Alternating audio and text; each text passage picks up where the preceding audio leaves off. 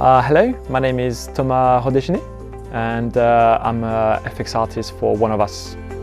Among the last project I worked on, there's Matrix, there's The Witcher season for Netflix. Right now I'm working on a Marvel project and for example also work on Morbius. Because I'm an FX artist and I'm using Houdini a lot,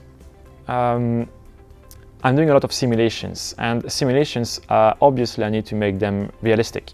So I will need to have the right numbers for the gravity and the force I apply to, for example, some water.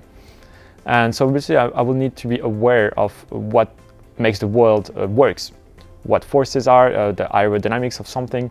So that's the part of the math. Then you can have obviously a bit of fun with it, because you're never going to have a perfect explosion like it's in real life. You always want a bit of Hollywood effects.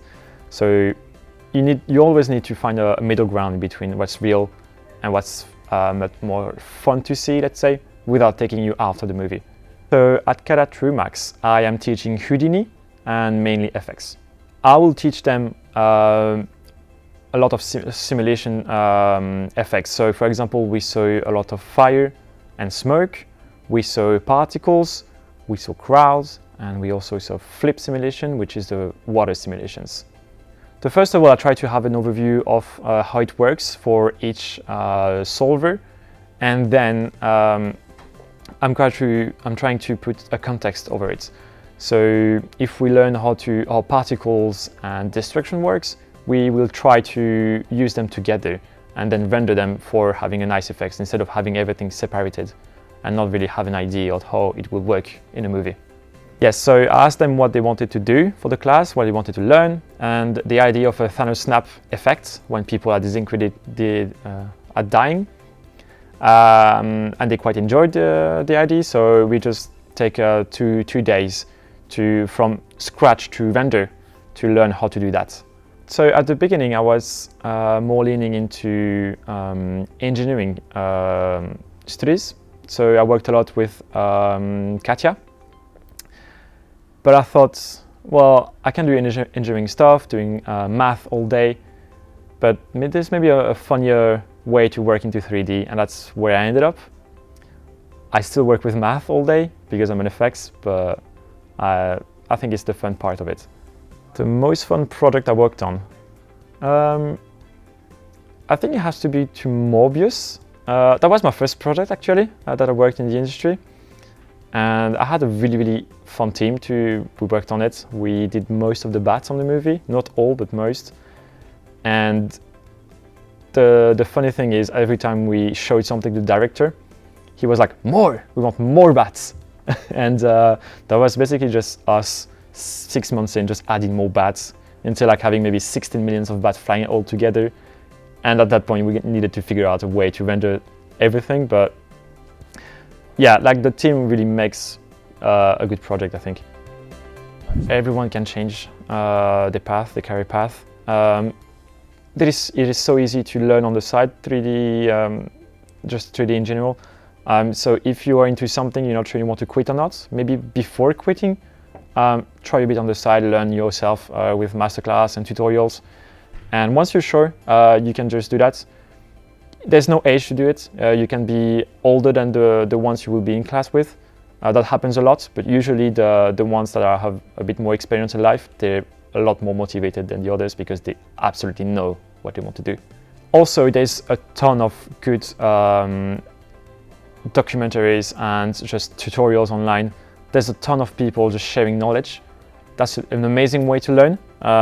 Obviously, the first kind of tutorial you will watch, you might not understand everything and you might end up with one result, but the more you watch, the more you will understand, oh, I've already seen that somewhere. I know how to use it in another way.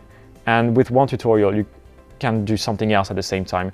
So that's a great way to, even when you are studying, that's a plus, that's a big plus. First of all, you have to know how passionate you are. Right now, as I said, I'm doing an FX. So I'm using a bit of math, so I also need to know how much I like that, because it's totally different between being an animator, where you will never do math and just only art, like really just poses, like having to do yourself your references when you need to dance or something like that.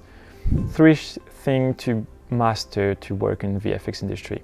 First of all, organization, because you're gonna work with people. You're gonna work in a team, big or small.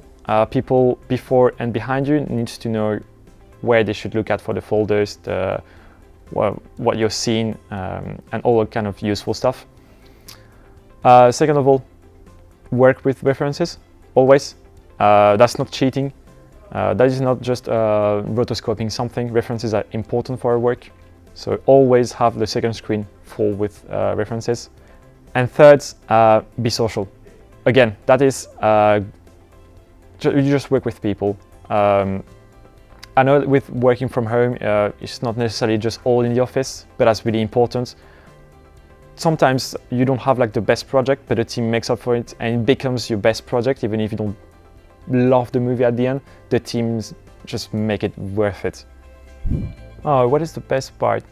First of all, you can travel a lot if you really want to, because there's amazing studios in London, in Montreal, in Stockholm, in New Zealand. There's like everywhere, so you can easily just find a job abroad if you really want to.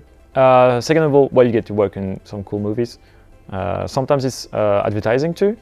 Sometimes we have like really funny advertising.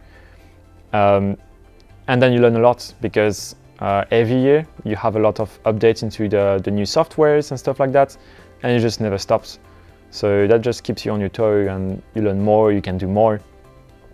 And also you can bring your parents to the cinema and see your names. At the moment, we need about everything.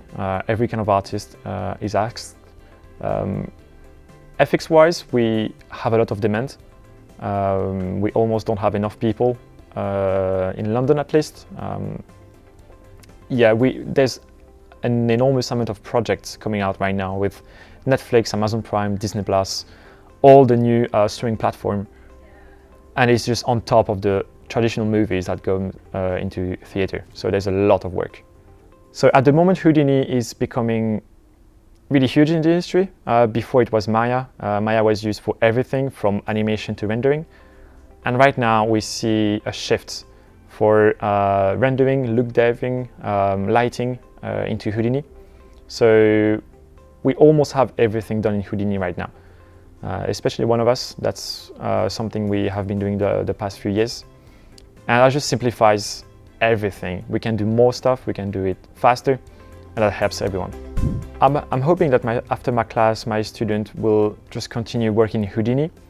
I know it's only an introduction to Houdini, but the depth of the software is just, there's just so many things to learn, so many things to do in there. And we just barely graze the surface compared to everything that is to learn. But if I could give them the will to do that, that would be amazing. What do I want to say to the student that I will have in the future in my class? You don't need to be afraid of Houdini. A lot of people just say, oh, Houdini is so hard. That's just not true. It's just because there's so many options in Houdini. It can look like that, but everything is not that hard. It's actually really nice to work with. It's even faster than a lot of other software. Plus it's fun.